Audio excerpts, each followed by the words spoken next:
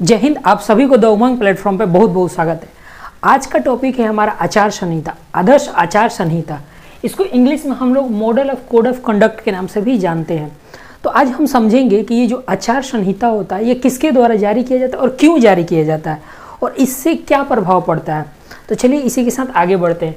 जब जब हमारे राज्य हमारे देश में चुनाव का माहौल होता है तो ये आदर्श आचार संहिता शब्द बहुत चर्चा का विषय बना होता है। तो यह जो आदर्श आचार संहिता होता है, आचार संहिता, यह चुनाव आयोग के द्वारा जारी किया जाता है, मतलब इलेक्शन कमीशन के द्वारा जारी किया जाता है। किसके लिए जारी किया जाता है? यह जो चुनाव में जो उम्मीदवार है और मतदाताओं, ये दोनों के लिए एक दिशा निर्देश होता है और उसी दिशा निर्देश को हम लोग आचार संहिता कहते हैं। तो क्या भाई क्या दिशा निर्देश होता है? तो यह जब चुनाव का जब घोषणा कर दिया जाता है कि किसी राज्य में इस तारीख से वहाँ पर विधानसभा का चुनाव होगा या देश में लोकसभा का चुनाव होगा, तो जैसे ही चुनाव का दिन का घोषणा हो जाता है तो उस राज्य और उस देश में, हमारे देश में आचार संहिता लागू हो जाता है। तो आचार संहिता लागू करने का मतलब ये होता है कि अगर किसी राज्य में विधानसभा का चुनाव होने वाला है आपका, ठीक है, और वहाँ पर चुनाव की तारीख फिक्स कर दिया गया तो वहाँ पर आदर्श आचार संहिता लागू हो गया। तो लागू होने के बाद वहाँ की जो सत्तासीन जो पार्टी है वो किसी भी सरकारी खजाने का प्रयोग अपने चुनाव प्रचार के लिए नहीं कर सकती। नहीं तो होगा क्या कि जो सत्तासीन पार्टी होती है किसी भी राज्य में, वो सारी योजनाओं को ब्लॉक करके रखेगी और चुनाव का जैसे ही घोषणा होगा वो सारे योजनाओं को बाहर अनाउंस करना शुरू कर देगी, जिससे मतदाता दिग्भ्रमित हो जाएंगे और उसको मतलब कि जनता जो है ना चाहते हुए एक तरफा वोट दे देगी। तो इन सब सारी चीज़ों से बहकावे से बचने के लिए आदर्श आचार संहिता लगाया जाता है। तो सबसे पहला पॉइंट ये है कि सत्तासीन पार्टी को सरकारी खजाने को उपयोग से रोक लगाना है। दूसरा पॉइंट ये है कि जो सत्तासीन पार्टी कोई भी ऐसी योजना, परियोजना और स्कीम की घोषणा नहीं करेगी जिससे मतदाताओं पर प्रभाव पड़ेगा। तीसरा बात यह है कि सत्तासीन जो पार्टी होती है कोई भी सरकारी गाड़ी का प्रयोग नहीं करेगी। मतलब एक शब्दों में कह सकते हैं कि सत्तासीन पार्टी को रोक लगाना जो सरकारी खजाने का प्रयोग न करे। तो यही सब सारी बातें आदर्श आचार संहिता में होता है। अगर अब एक बात ये है कि अगर कोई भी पार्टी या कोई कैंडिडेट आचार संहिता का उल्लंघन कर देता है तो फिर क्या होगा?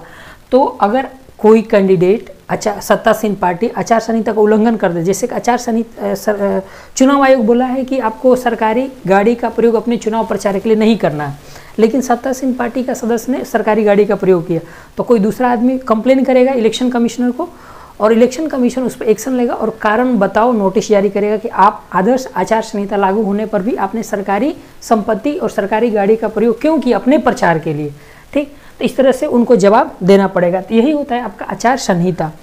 अब एक बात और, इस आचार संहिता का यह कोई भी हमारे संविधान में इसका कहीं भी कोई व्याख्या नहीं है। यह सिर्फ और सिर्फ इलेक्शन कमीशन के द्वारा बनाया गया एक दिशा निर्देश है।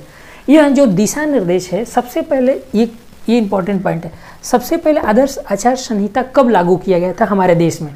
तो सबसे पहले यह हम 1960 ईस्वी में लागू किया गया था केरल में।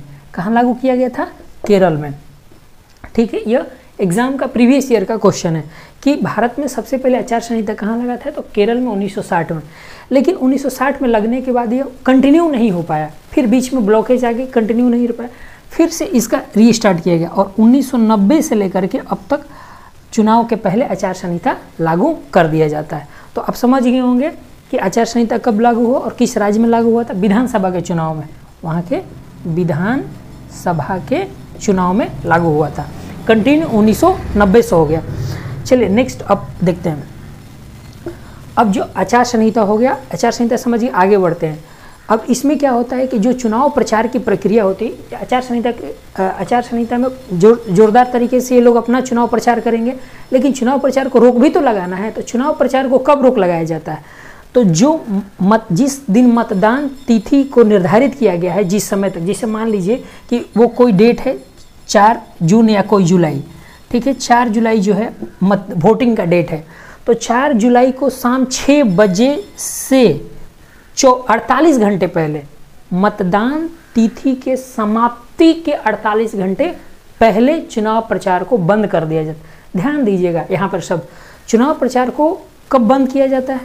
चुनाव प्रचार को मतदान जो मतदान का दिन होता है अंतिम समय से 48 घंटा पहले, शुरुआत से नहीं, अंतिम समय से 48 घंटा पहले यह चुनाव प्रचार को बंद कर दिया जाता है। तो ये क्वेश्चन आपको एग्जाम में मिलता है कि चुनाव प्रचार कब बंद किया जाता है। ठीक, अब हम आगे बढ़ते हैं।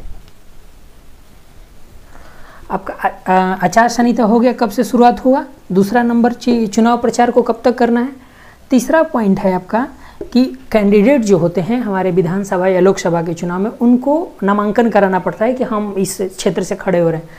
नामांकन करने के साथ साथ उनको अब आज के समय में एक शपथ पत्र भी भरना पड़ता है। उस शपथ पत्र में वो घोषणा करते हैं कि मेरी शैक्षणिक योग्यता क्या है, मेरे पास कितनी संपत्ति है, मेरे पर कितने क्राइम केस हैं कि नहीं, इन सारे चीज़ों का उल्लेख वो अपने शपथ पत्र में करते हैं। तो ये जो शपथ पत्र का शुरुआत किया गया था, आपका शपथ पत्र, यह आपका 2007 ईस्वी से शुरुआत किया गया था, जिसमें प्रत्येक कैंडिडेट को यह घोषणा करता है, अपने बारे में वो पर्सनल घोषणा करते हैं। तो यही आपका था 2-3 पॉइंट आदर्श आचार संहिता से। आशा करते हैं आपको यह वीडियो अच्छा लगा होगा। मिलते हैं अगले वीडियो में, तब तक के लिए जय हिंद।